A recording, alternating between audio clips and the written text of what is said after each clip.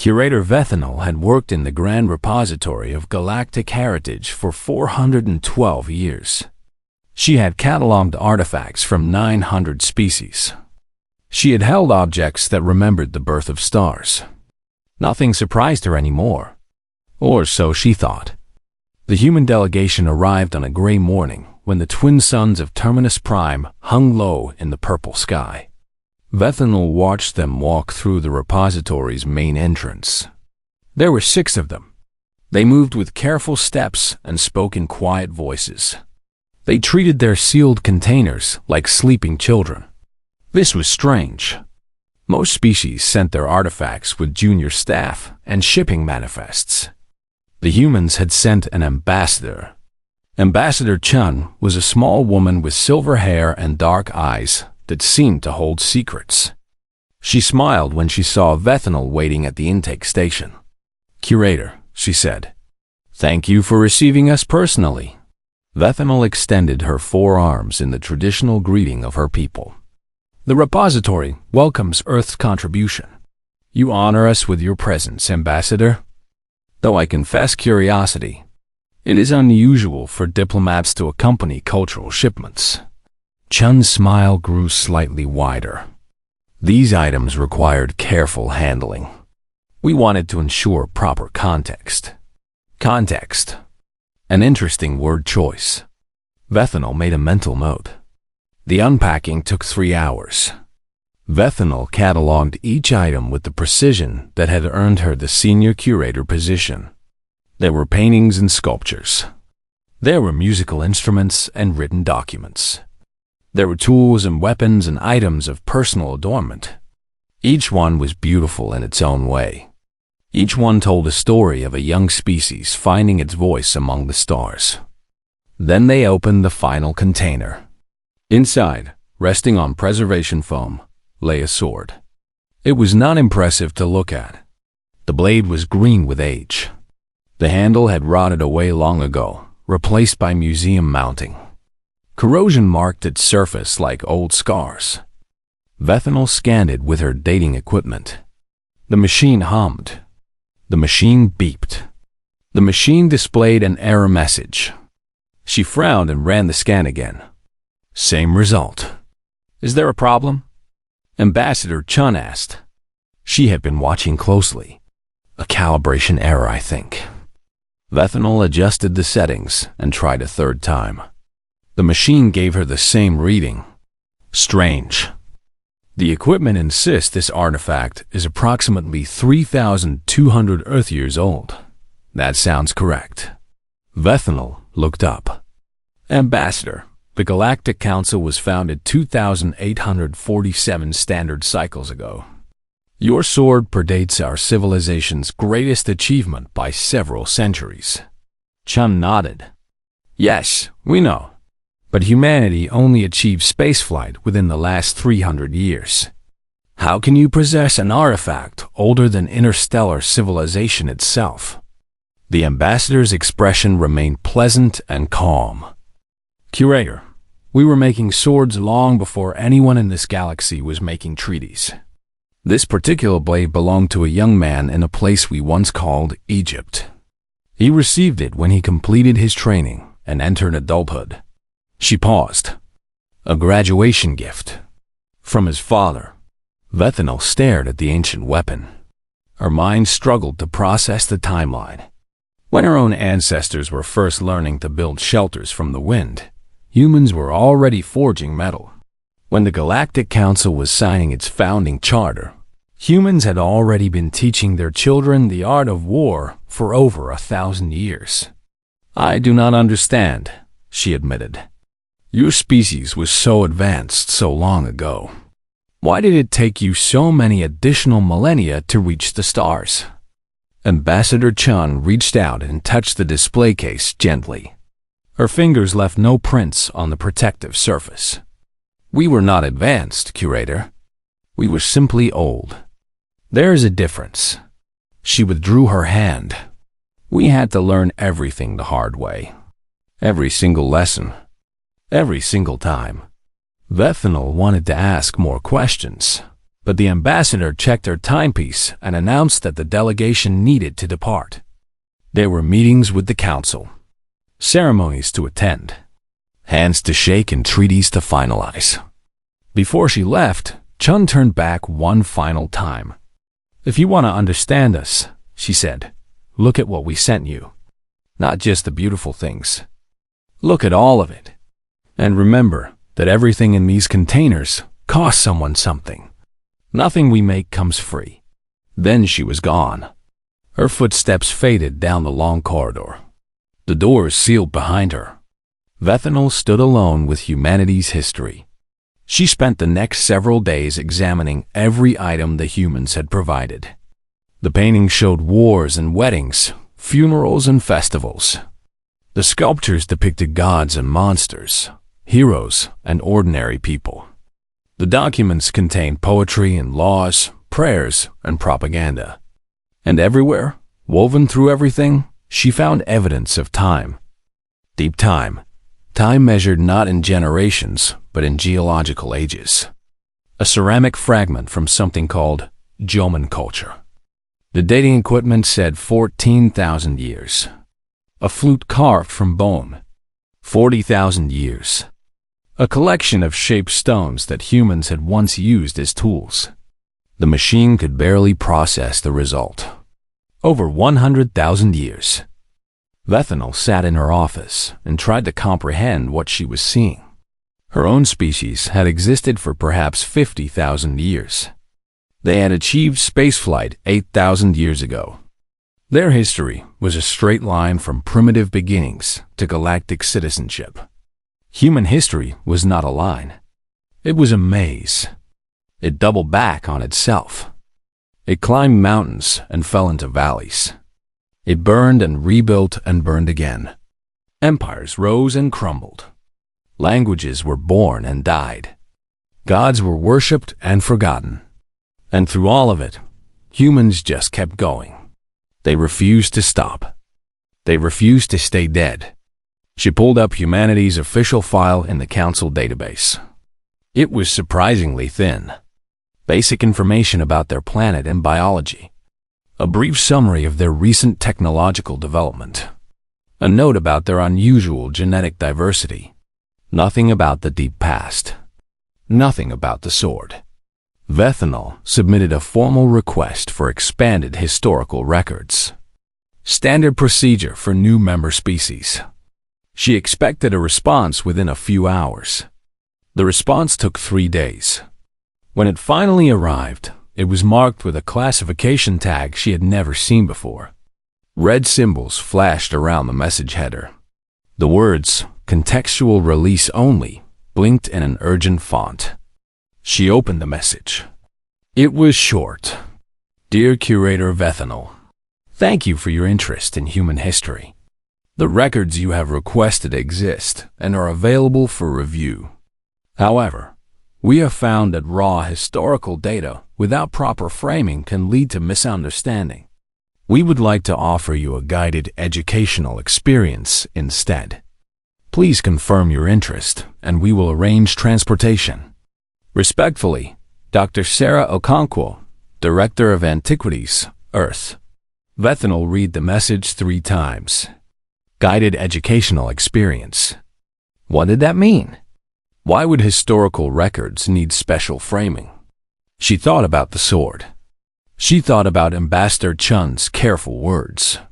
She thought about the strange weight in the ambassador's eyes when she spoke about lessons learned the hard way. Something was happening here. Something important. Humanity was not simply joining the Galactic Council. They were revealing themselves slowly, carefully, like a creature emerging from a long hibernation. Vethanol was a curator. Her entire life was dedicated to understanding the past. She needed to know what the humans were hiding, not because she suspected danger, but because she suspected truth. She typed her response.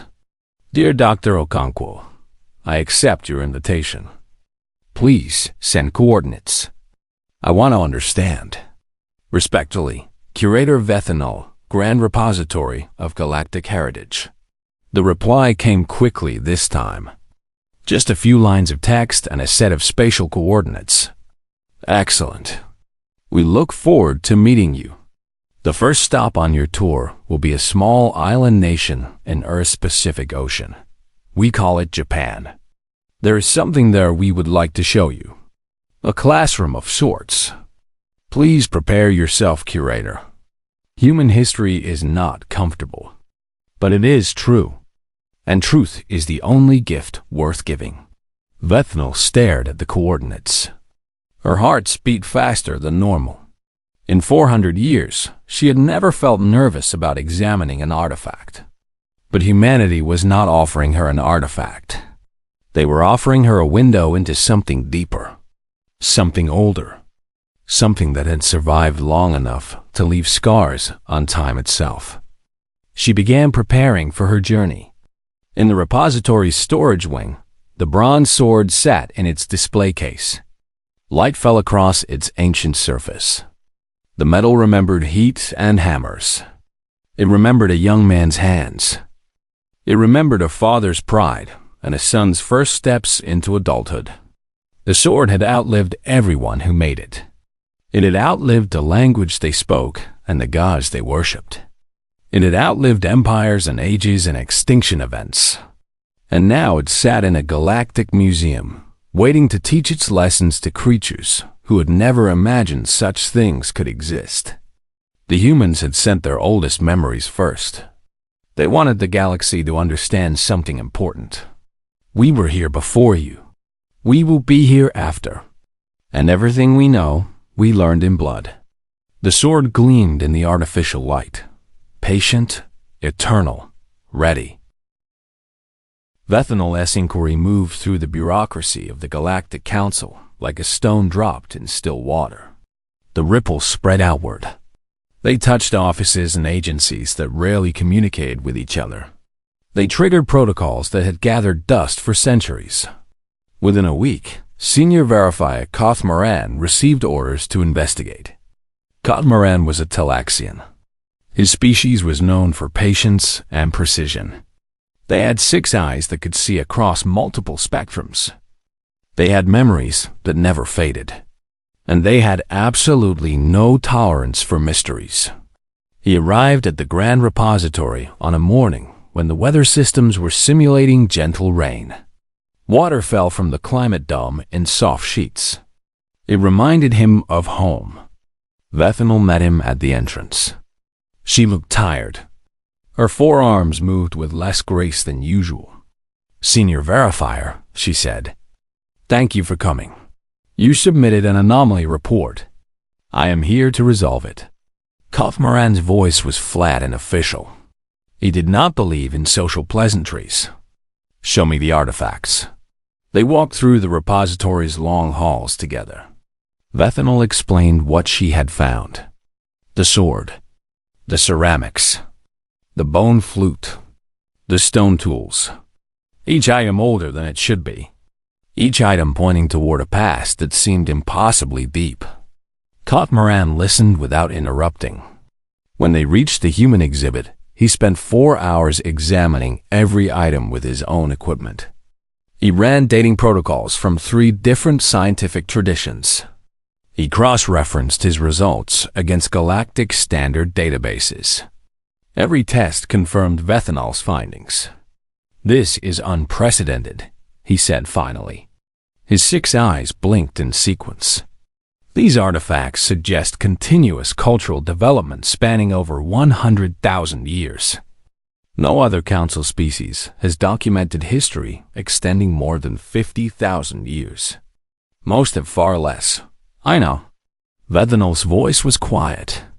I have been trying to understand what this means. Kothmaran straightened. Decision made. I will contact Earth directly. This requires explanation from the source. The video call was arranged for the following day. Dr. Sarah Concuil appeared on the screen. She was an elderly human woman with white hair and skin the color of dark wood. Her eyes held the same strange weight that Vethanal had noticed in Ambassador Chun. Senior Verifier Kothmaran, she said. Curator Vethanal. Thank you for reaching out. I understand you have questions about our artifacts. Questions is an understatement. Kaufmoran's tone carried an edge. Your dating results defy expectation. Either your equipment is faulty, your records are falsified, or the Galactic Council has fundamentally misunderstood your species. Which is it? Dr. Okonkwo did not react to his hostility. She simply smiled with what like genuine warmth. None of those options, Senior Verifier. The dates are accurate. The records are truthful. And yes, the Council has misunderstood us. But that is not your fault. We have been careful about what we reveal and when. Explain. Dr. Okonkwo leaned back in her chair. Behind her, Bethanol could see shelves filled with old books. Real books. Made from paper. How much do you know about evolutionary biology? The human asked. Kaufmoran's eyes narrowed. I am a verifier, not a scientist. Speak plainly. Very well. Most intelligent species in this galaxy followed a similar path. They evolved.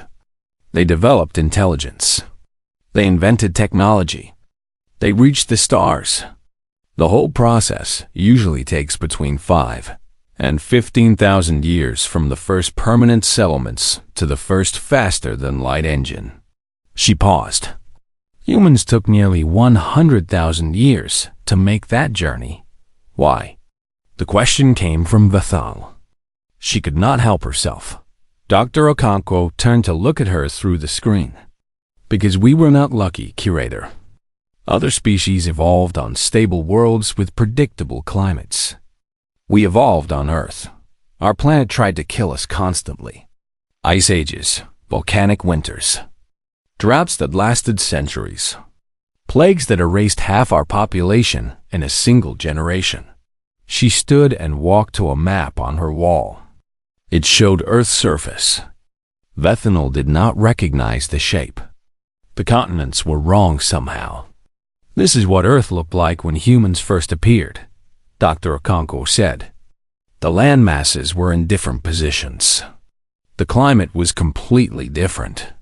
We have survived so many changes that we barely remember most of them. Our bodies still carry the marks. Our genes still hold the memories. Kaufmoran processed this information. You are saying that environmental adversity slowed your technological development? Partly. But it is more than that. Dr. Okonkwo returned to her seat. Every time we built something, disaster tore it down. Every time we learned something, we had to learn it again. We invented writing 3 separate times on 3 different continents because the first 2 civilizations that developed it collapsed completely. We domesticated animals and plants over and over because climate shifts kept destroying our agricultural systems. She leaned forward, and her voice grew softer. Most species learn their lessons once and move forward. Humans learned the same lessons dozens of times. We paid for our knowledge over and over again. And eventually, that repetition changed us. It made us paranoid. It made us careful. It made us very, very determined to never lose what we had gained again. There was silence on the line for a long moment. Kaufmoran spoke first. You are suggesting that humanity's slow development was not a sign of inferiority, but of resilience. I am suggesting that we were forged in fire, Senior Verifier. Over and over and over again. By the time we finally reached the stars, we had already survived everything a galaxy could throw at a species. Asteroids, ice ages, supervolcanoes, pandemics, and most importantly, we had survived ourselves. What do you mean? Dr. Okonkwo's expression changed. Something dark moved behind her eyes. We mean war, Senior Verifier. We mean weapons that could destroy cities in a single flash. We mean hatred and cruelty and the systematic murder of millions. We mean every horror that intelligence can create when it turns against itself. She reached off screen and produced something. A photograph. Black and white.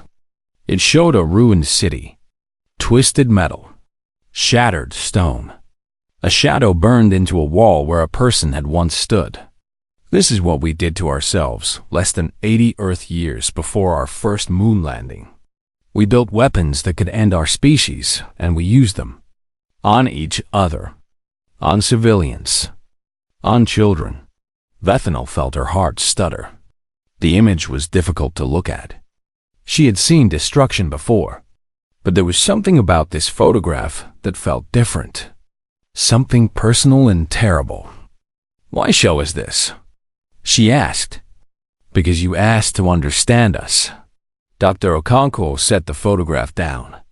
"And you cannot understand humanity without understanding what we have done to ourselves. We are not innocent, curator. We have never been innocent. We carry our sins with us always. We teach them to our children. We build monuments to our failures." She picked up the photograph again and held it toward the camera. "This city was called Hiroshima. We rebuilt it. The people who survived had children and grandchildren. And every year, on the anniversary of this day, thousands of people gather to remember what happened. To promise it will never happen again." Kothmaran's 6 eyes were all focused on the screen. "You preserve memories of your atrocities?" "We preserve everything, Senior Verifier. The beautiful and the terrible. Because the moment we forget what we are capable of is the moment we become capable of it again." The call continued for another hour. Dr. Concuil answered every question with patience and honesty. She explained human history in broad strokes. The rise and fall of empires. The slow accumulation of knowledge. The constant struggle between creation and destruction. When the call finally ended, Kothmaran sat in silence for a long time. "They are not what I expected," he said at last. Vethanel nodded. "No, they are not. They joined the council as equals. They smiled and shook hands and signed treaties. They acted like every other new member species." His voice carried something that might have been respect. "But they are not like any other species. They are something else entirely." "What are they?" Kothmaran stood and walked to the window. Outside, the simulated rain was ending. Artificial sunlight broke through the clouds. "Survivors," he said. "They are survivors. And they have been surviving longer than anyone realized." He turned to face Vethanel. "Dr. Concuil invited you to Earth, to see their history firsthand." He paused. "I will be joining you. This requires verification at the source." Vethanel felt something shift in her understanding of the galaxy. The humans had seemed so young when they first arrived, so bright and eager and new. Now she realized that brightness was not innocence. It was the light of a species that had walked through darkness and emerged on the other side. They smiled because they had earned the right to smile. They built museums because they had learned what happened when history was forgotten. She began making arrangements for the journey to Earth. Somewhere in the repository's archives, the bone flute from 40,000 years ago rested in its climate-controlled case. It was carved with symbols that no living human could read. It had been played by hands that had touched the first cave paintings. It had sung songs in languages that had died before the pyramids were built. And now it waited in the darkness, holding its ancient melodies like secrets. The humans had sent it as a gift, a small piece of their impossible past.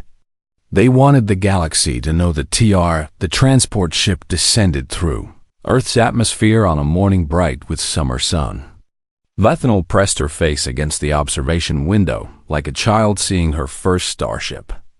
Beside her, Kothmaran maintained his professional composure, but his 6 eyes moved constantly, drinking in every detail. Earth was beautiful, green and blue and white. Clouds drifted across continents like thoughts passing through a dreaming mind. Oceans sparkled with reflected light. The planet looked peaceful from space. Vethanel knew better now. That peaceful surface hid a violent history. Every mountain and valley had witnessed struggle. Every ocean carried the memory of storms. Their shuttle landed at a small facility in a place called Japan. A young human was waiting for them on the landing pad. He wore simple clothes and a warm smile. Curator Vethimal. Senior Verifier Kothmaran. He bowed slightly, a gesture of respect in his culture. My name is Kenji Tanaka. I will be your guide during your visit. Kothmaran studied the young man with his multiple eyes. You are a student? Graduate student. I study archival sciences. Kenji's smile did not falter. Dr. Okonkwo felt that someone my age might offer a useful perspective. I represent the generation that will carry human history forward. They loaded into a ground vehicle. The landscape rolled past. Mountains rose in the distance. Rivers cut silver paths through green valleys. Everything looked pristine and perfect. Where are we going? Vethanal asked. Kenji's expression shifted slightly. The smile remained, but something serious moved behind his eyes. To a classroom, he said. A place where we teach our most important lessons. The vehicle stopped outside a large building in the center of a city called Hiroshima. Vethanal recognized the name from the photograph Dr. Okonkwo had shown them. This was where it happened. This was where humans used their terrible weapon against their own kind. The building was a museum. The Peace Memorial Museum, according to the signs. People moved through its entrance in quiet streams. Families with children. Elderly visitors with solemn faces. Groups of students carrying notebooks. Follow me, Kenji said. And please, do not rush. This place requires patience. They entered. The first room was quiet and cool. Photographs lined the walls. The before and after images. A thriving city. A field of rubble. Vethanal's multiple hearts beat unevenly as she processed what she was seeing. One moment of violence. One weapon. One flash of light brighter than the sun. And everything was gone. Kenji spoke softly as they walked. 80,000 people died immediately. Many more died in the following days and weeks from injuries and radiation. The total number is difficult to calculate. We estimate over 100,000. Kothmaran's voice was strained. 100,000. In a single instant. Yes, and 3 days later, we used another weapon on another city, Nagasaki. Another 70,000 dead. Kenji stopped in front of a display case. This is what remained of a child's tricycle. The child was riding it when the bomb fell. She was 3 years old. Her name was Shinichi. She did not survive. Vethanal stared at the twisted metal. It was barely recognizable as a vehicle. Heat had warped it into something alien and wrong. A child had been playing on this. A small being full of life and possibility. And then she was ash. Why? The word escaped Vethanal before she could stop it. Why would you do this to yourselves? Kenji considered the question carefully. We were at war. A terrible war that killed millions across the planet. The nations that built these weapons believed they would end the conflict faster. Save lives in the long run. He shook his head slowly. Whether that was true remains debated. What is certain is that we crossed a line. We proved that humans could destroy cities with a single weapon.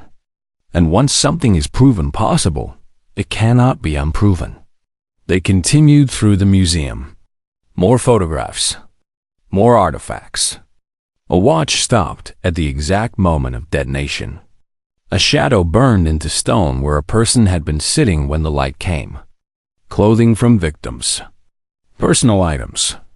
Little pieces of lives that ended in an instant. The worst exhibit was the paper cranes. Thousands of them hung from the ceiling in colorful chains. Kenji explained that a girl named Sadako had been 2 years old when the bomb fell. She survived the initial blast. but the radiation poisoned her blood. She developed leukemia 10 years later. While dying in the hospital, she folded paper cranes. There was a legend that folding 1,000 cranes would grant a wish. She wanted to live. She died before reaching 1,000. But children around the world continued folding cranes in her memory. The museum displayed some of them. Tiny paper birds carrying the weight of grief and hope. Vethanel's vision blurred. Her species did not cry exactly as humans did, but moisture gathered at the corners of her eyes. She could not process what she was feeling. Horror, sorrow, something else she could not name. They emerged from the museum into bright sunlight. A park surrounded the building. Trees and grass and flowers. Life growing where death had reigned. Kaufmaran spoke for the first time in an hour. You built a park here, on the site of your greatest atrocity. We built a memorial, Kenji corrected gently. The park is part of it. Life is part of it.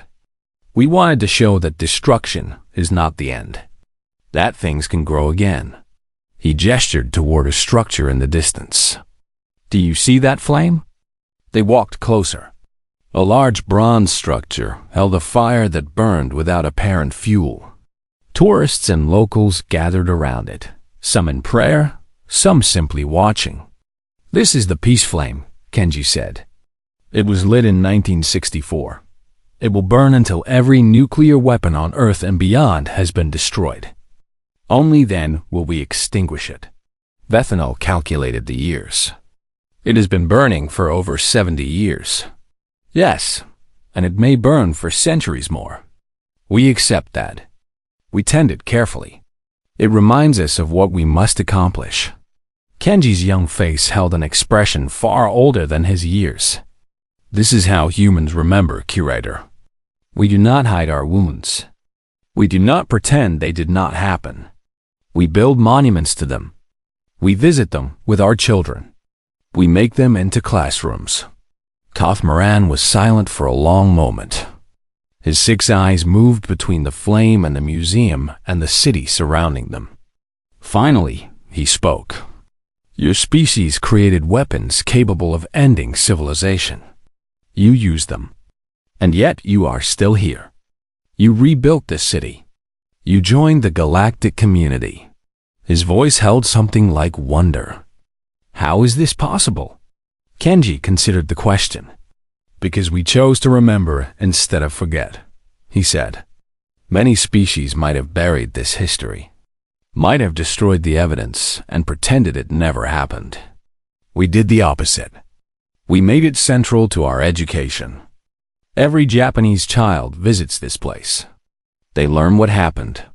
They learn why it must never happen again. He turned to face the 2 alien visitors directly. We did not reach for the stars despite this tragedy. We reached for them because of it. We knew that staying on one planet meant all our eggs in one basket. One asteroid. One supervolcano. One war too many. And humanity would be extinct. He gestured at the sky. Up there, we have room to make mistakes without ending everything. Up there, we can spread far enough that no single disaster can destroy us all. They walked through the park in silence. Cherry trees lined the paths. Their blossoms had fallen months ago, but their branches were thick with green leaves. Birds sang in their branches. How do you live with this knowledge? Vethanel asked finally. How do you wake up every morning knowing what your species has done? Kenji smiled sadly. The same way we have always survived. One day at a time. One choice at a time. We cannot change what happened. We can only decide what happens next. They reached the edge of the park. A vehicle waited to take them to their next destination. Kenji opened the door for them. Dr. Concuil asked me to show you what we do with pain, he said. Hiroshima was the first lesson. Understanding what we are capable of. The next lesson is about what we do with that understanding. Kaufmaran paused before entering the vehicle. What do you do with it? Kenji's smile changed. Something fierce and determined burned behind his eyes. "We prepare," he said. "We build vaults to preserve seeds and knowledge. We create backups of everything important. We plan for disasters that may never come. We assume the worst and hope for the best." He climbed into the driver's seat. Humanity learned a long time ago that hope is not a strategy. Preparation is a strategy. Hope is just what keeps us working on the preparations. The vehicle hummed to life. They began the journey to the next classroom. Behind them, the peace flame continued to burn. It would burn tomorrow and the next day and the day after that. It would burn while empires rose and fell.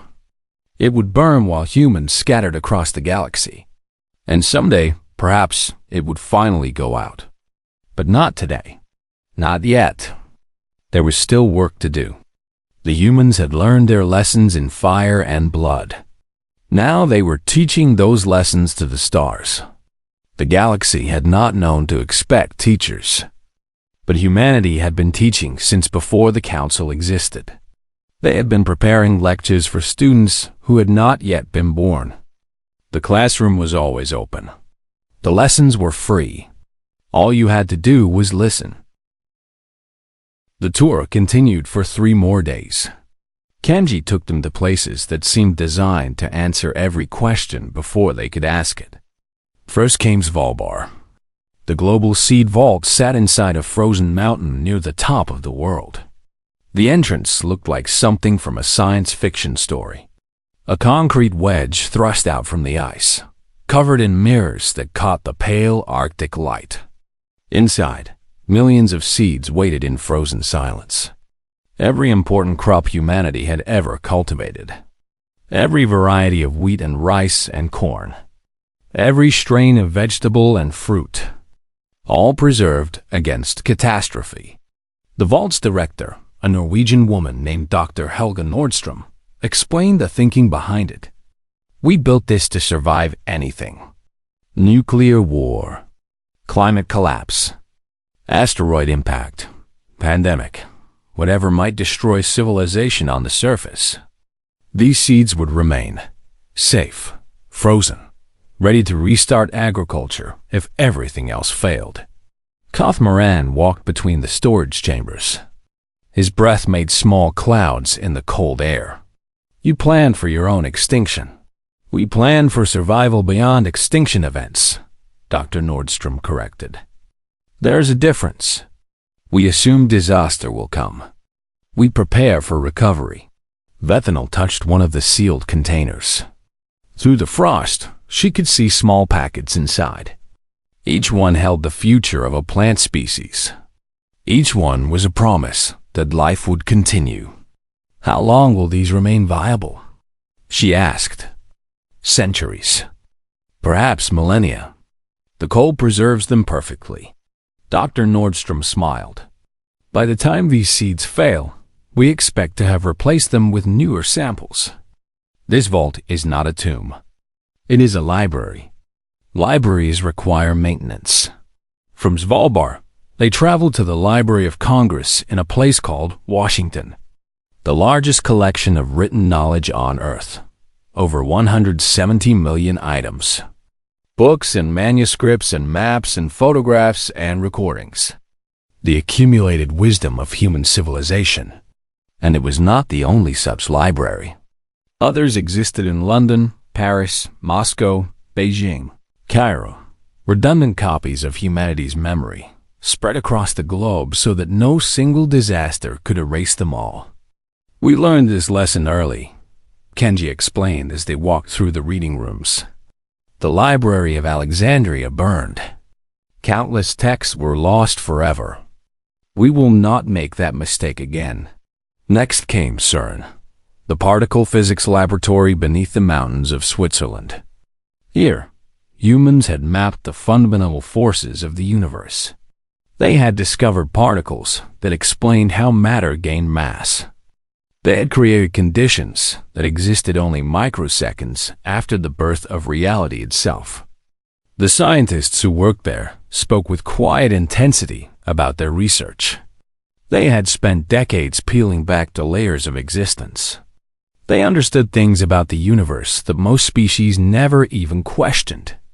A physicist named Dr. Raj Patel showed them the accelerator tunnels, kilometers of precision equipment designed to recreate the conditions of cosmic creation. "We built this before we had efficient fusion power," he said. "Before we had artificial gravity. Before we had faster-than-light travel. We understood the architecture of reality before we could properly exploit it." Kothmaran's eyes moved constantly, trying to absorb everything. "You mapped the universe's structure while still burning hydrocarbons for energy." Dr. Patel nodded. "Understanding came before application. We knew the theory decades before we could implement it. Sometimes centuries." He smiled slightly. "Patience is not usually considered a human virtue, but we have been practicing it longer than most species have existed." The final stop before Geneva was unexpected. A small facility in California that tracked something called Voyager.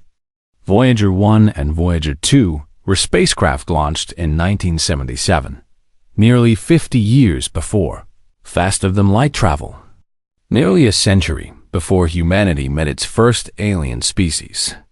These small machines had been flying through space since before most current humans were born. They were now billions of kilometers from Earth, the most distant human-made objects in existence.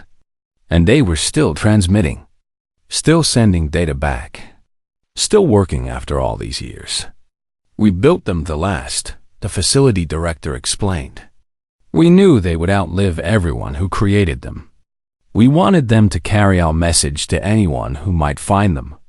Each Voyager carried a golden record. Music and images and greetings in dozens of languages. A message in a bottle thrown into the cosmic ocean.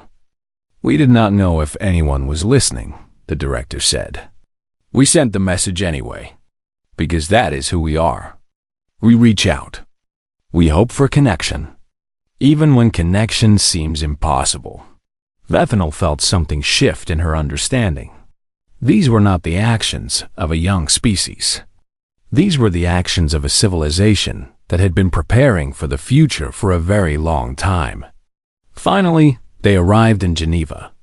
The headquarters of Earth's unified government occupied a large complex near the old United Nations site. Secretary General Adaura Mbeki met them in her office. She was a tall woman with gray-streaked hair and eyes that held exhaustion and determination in equal measure. Curator Vethanel, Senior Verifier Kothmaran. She shook their hands in the human fashion. "I hope your tour has been informative. It has raised more questions than it has answered," Kothmaran said directly. Secretary General Mbeki smiled. "Good. Questions are how we learn." She gestured for them to sit. The office was decorated with items from human history. A fragment of the Berlin Wall, a piece of moon rock, a flag that had flown during something called the Arab Spring. "You have seen what we remember," she said, "and you have seen how we prepare. Now, I imagine you want to know why we joined the Galactic Council at all." Kothmaran leaned forward. "That is precisely my question. Your species is older in wisdom than anyone realized. You have experienced horrors and survived them. You have prepared for every disaster. Why reach out to younger civilizations? Why risk entanglement with species that have not learned the lessons you have?" The Secretary General considered her answer carefully. "Because we remember being alone," she said finally. "For most of our history, we believed we were the only intelligent life in the universe. We looked at the stars and saw only silence. That loneliness shaped us. It drove us to keep reaching, keep searching, keep hoping." She stood and walked to the window. The city spread out below them. Thousands of people going about their lives. When we finally heard the first signals from another civilization, we wept. Literally wept. Scientists and politicians and ordinary people. We were not alone anymore. She turned back to face them. We could have made contact immediately. We had the technology. We knew the protocols. But we waited. Why? Because we were afraid. Afraid we would repeat our old patterns. Afraid we would bring our wars and hatreds to the stars. We needed to be certain we had changed enough to deserve membership in a larger community. Our voice grew soft. It took us 200 more years to feel ready. 200 years of watching and learning and preparing. And even then, we were not sure. Vethnal spoke. What made you finally decide to reach out? Secretary General Mbeki returned to her seat. We realized that waiting for perfection meant waiting forever. We would never be perfect. We would always carry our history with us. But we could offer what we had learned. We could share our mistakes so others might avoid them. She reached into her desk and produced a small crystal. It caught the light and scattered rainbows across the walls. This is why I asked you here. This is what we have been preparing since before the council existed. We call it the welcome gift. She placed the crystal on the desk between them. This contains the complete and unredacted history of human civilization. Every war, every plague, every genocide, every moment of cruelty, and every act of courage. Nothing hidden, nothing softened. The full truth of what we are and what we have done. Kothmaran's 6 eyes focused on the crystal. Why would you share such information? Because it is the only thing worth sharing. Secretary General Mbeki's voice was firm. Technology can be developed independently. Resources can be traded. Art can be exchanged. But lessons? Real lessons learned in blood and fire and loss? Those are precious. Those are rare. And those are what we offer to the galaxy. She pushed the crystal toward them. Every mistake we made is in there. Every path we took that led to destruction. Every choice we turned away from at the last moment. It is a map of failure, Senior Verifier. A comprehensive guide to everything that can go wrong when a species grows powerful before it grows wise. Vethanal reached out and touched the crystal. It was warm against her skin. You are offering to teach us, she said slowly. To teach the entire galaxy. We are offering to share our homework, Secretary General Mbeki said. We do not claim to have all the answers. We do not claim superiority or special wisdom. We simply have experience. More experience than we ever wanted. And we believe that experience has value. She leaned back in her chair. We nearly destroyed ourselves dozens of times. We came within years of extinction by our own hands. If even one of our lessons can help another species avoid a similar fate, then all our suffering meant something. Her voice cracked slightly. That is what we want. For our pain to have meaning. For our children to have died for something. The room was silent for a long moment. Finally, Kothmaran spoke. This is not what we expected from humanity. No. Secretary General Mbeki smiled sadly. It never is. The data crystal arrived at Terminus Prime 3 weeks after Vethanal and Kothmaran returned from Earth. It came in a simple container with no special ceremony. Just a diplomatic pouch like any other. But word had spread. The repository's staff gathered to watch the transfer. Council officials came without being invited. Representatives from a dozen species found reasons to be nearby when the crystal was officially catalogued. Vethanal handled the intake herself. She had earned that right. The crystal's contents were made available to the Council's educational archives within a day. The reaction was immediate and profound. Species that had considered humans to be naive newcomers suddenly found themselves reading about civilizational collapses that predated their own existence. They learned about wars fought with weapons no council species had ever dared to develop. They saw images of destruction that made their own historical conflicts look like playground disagreements. and they found themselves asking questions they had never thought to ask. How did humanity survive the development of nuclear weapons? The answer was complicated. Mutual deterrence, near misses, luck, and eventually carefully negotiated reductions that took generations to achieve. How did humanity prevent their artificial intelligences from destroying them? The answer was sobering. They almost did not. There were incidents, close calls, systems that had to be shut down at the last moment. But they learned. They adapted. They created frameworks for cooperation between human and artificial minds. How did humanity unify a planet of competing nations? The answer was humbling. They did not. Not really. Unity came slowly, painfully, through centuries of conflict and compromise. They still had disagreements. They still had tensions. But they had learned to resolve them without violence. Most of the time. The consultations began within weeks. Species reached out to humanity through diplomatic channels. Not for trade or alliance. For advice. For guidance. For the wisdom of those who had walked through fire. Human historians became the most sought-after speakers at interstellar conferences. Human ethicists were invited to advise planetary governments on technological development.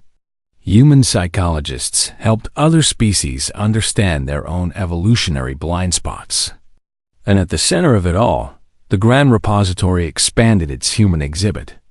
What had been a single room became an entire wing, then an entire floor, then a separate building entirely. They called it the Human Experience Archive. Its purpose was simple: to show the galaxy what one species had survived, and to teach the lessons that survival had provided. Vethanal became its chief curator. It seemed fitting. On the anniversary of the crystal's arrival, she stood in the original exhibit room. The bronze sword still occupied its place of honor. Light fell across its ancient surface. The metal was dull and green, but something about it still caught the eye. Something that spoke of hands long dead and lessons long learned. A tour group entered the room. Young students from a dozen different species. They moved with the nervous energy of children everywhere. Their teachers guided them toward the displays. Vethanal stepped forward to address them. "Welcome to the Human Experience Archive," she said. "My name is Vethanal. I am the curator of this facility, and I would like to tell you about this sword." The students gathered closer. Their various eyes and sensory organs focused on the artifact. "This sword is older than the Galactic Council," Vethanal said. "It was forged approximately 3,200 Earth years ago. At that time, most of your species did not exist. Some of your homeworlds were still forming. The Council itself would not be founded for another 4 centuries." She paused to let that sink in.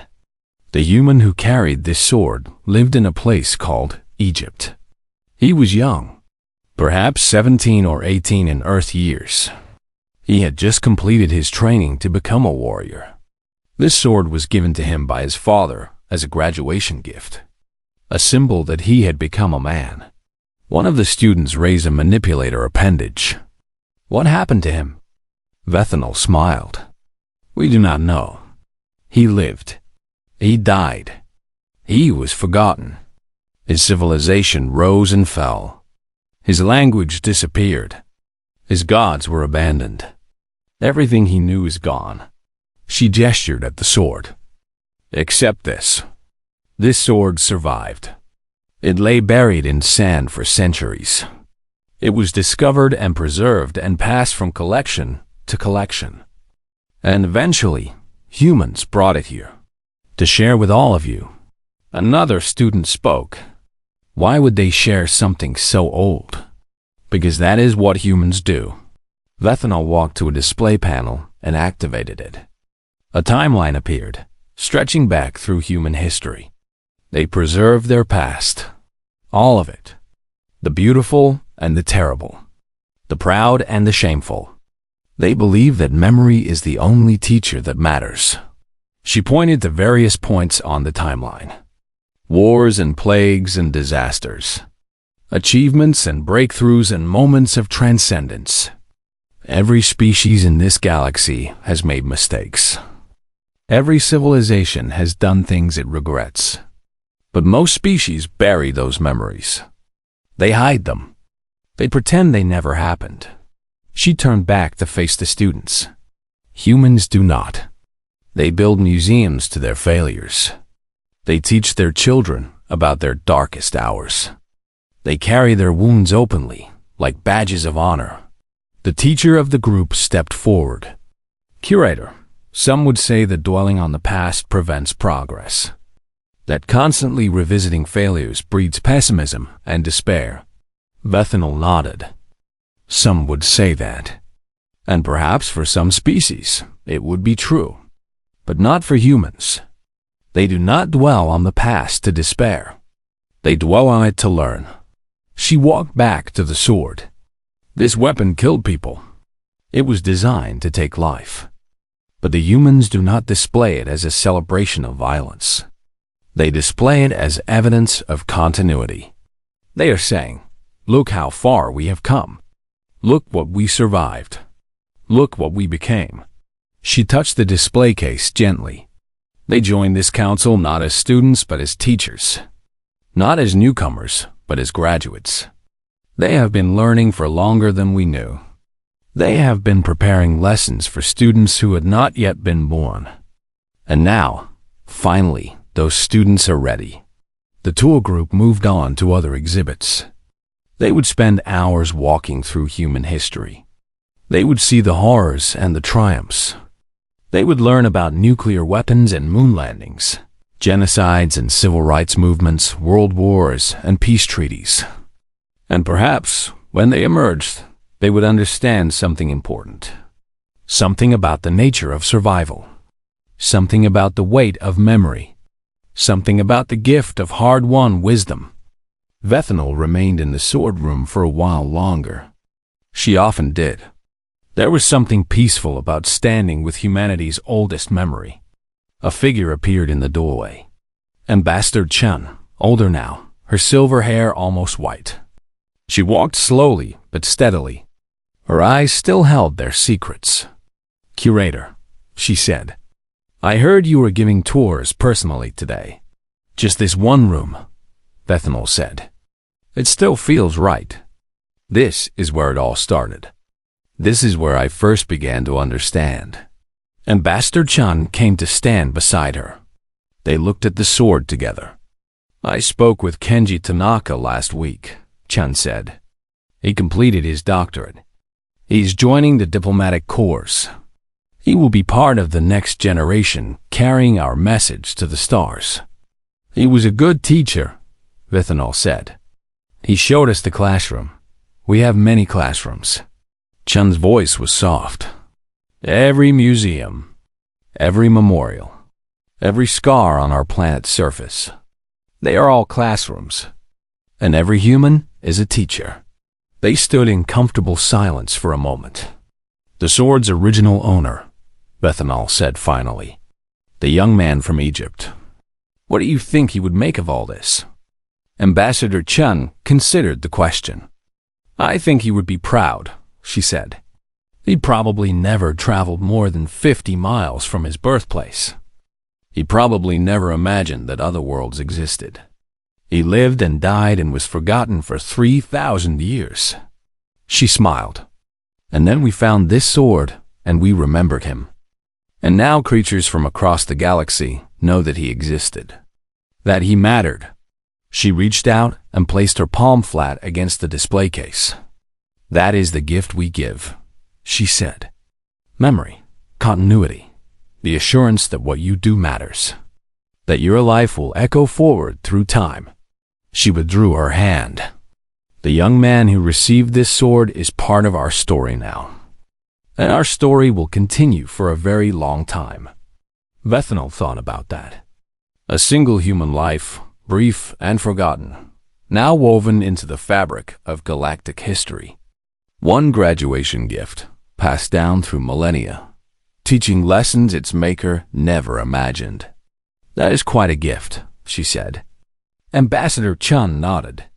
It is the only one worth giving. Outside the window, ships from 100 worlds came and went. The galaxy continued its business. Wars were fought and treaties signed. Species rose and fell. The great wheel of history turned as it always had. But here in this small room, a bronze sword kept its ancient vigil. It remembered heat and hammers. It remembered a father's love and a son's first steps into manhood. It remembered a civilization that had died and another that had risen from its ashes. The humans had brought their oldest memory to the stars. They had offered it freely, and the galaxy was slowly beginning to understand what that meant. Humanity was not you,